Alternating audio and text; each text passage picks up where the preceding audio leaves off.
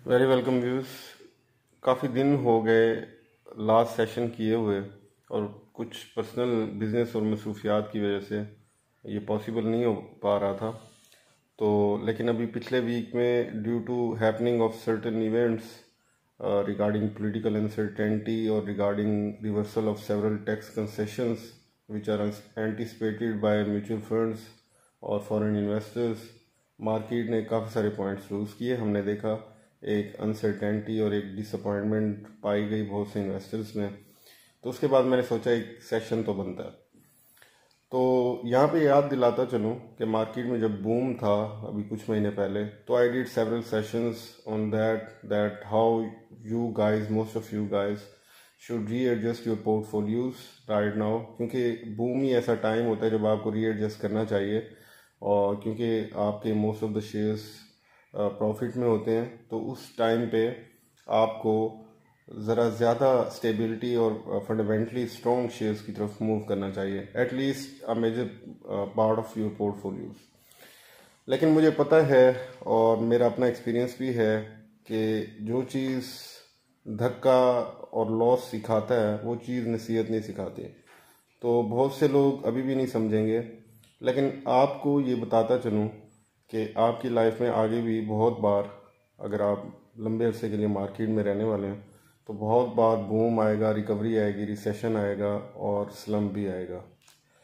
तो लेकिन ये आप पे है, आप किस तरह डिफरेंट अपॉर्चुनिटी से फ़ायदा उठाते हैं, आप किस तरह खुद को रीअलाइन और रीएडजस्ट करते हैं। फॉर एग्ज़ाम्पल, मार्केट जब 2 हफ्ते पहले ट्रिगर्स की तलाश में थी, ऐसे लग रहा था कि समझ नहीं आ रही मार्केट किस डायरेक्शन में जाएगी। तो नॉर्मली ऐसे होता है कि जब नेगेटिव ट्रिगर्स ज़्यादा हो जाते हैं तो नेगेटिव हो जाती है मार्केट, पॉजिटिव ट्रिगर्स ज़्यादा होते हैं तो पॉजिटिव होती है मार्केट, और उसी डायरेक्शन में फिर चल पड़ती है। तो उस टाइम पे कोई बिग अपॉर्चुनिटीज़ अर्निंग की नज़र नहीं आ रही थी, एक्सेप्ट इन टेक स्टॉक्स। वो भी एक ख़ास स्टेज पे जाके स्टेबल हो गए। तो I know many guys who have earn big in right shares of different companies, Shell के, लोड्स के, गनी ग्लास के, और इवन FFBL, वो तो पुरानी बात होगी। इन 3 के उसमें भी लोगों ने फ़ायदा उठाया, क्योंकि हमने पहले भी डिस्कस किया था जो पे आउट वाली कंपनीज होती हैं तो उनके पास कुछ होता है तो पे आउट्स आते हैं। तो उन्हीं में से कुछ भाई साहब ने साजगार इंजीनियरिंग 200 प्लस पे भी उठाया, लेकिन उनको घबराने की ज़रूरत नहीं है, वो लॉन्ग टर्म इन्वेस्टर हैं और ये तो वापस 200 पे चला जाएगा। जस्ट ये हो सकता है कि लेट हो जाए कुछ महीने। तो ये कुछ अच्छी चीज़ें होती हैं जब आप मार्केट में कमाने के पॉइंट ऑफ व्यू से आएँ, गैम्बलिंग के पॉइंट ऑफ व्यू से ना आएँ, तो फिर आप उसकी प्राइस और कॉस्ट भी पे करने को तैयार होते हैं, जो कि ज़रा ज़्यादा लंबा वेट हो सकता है। तो यहाँ पे वारन बुफे की एक कोटेशन याद आ रही है, जिसका उर्दू में तर्जुमा ये है कि उससे किसी ने पूछा कि मार्केट में अर्न करने का और अमीर होने का क्या तरीका है। तो उसने बताया कि आप स्लोली और ग्रेजुअली अपनी वेल्थ को बढ़ाते जाएं, लेकिन अगर आप क्विकली रिच होना चाहेंगे, गैम्बलिंग की तरफ जाएंगे, तो market is not the place for you.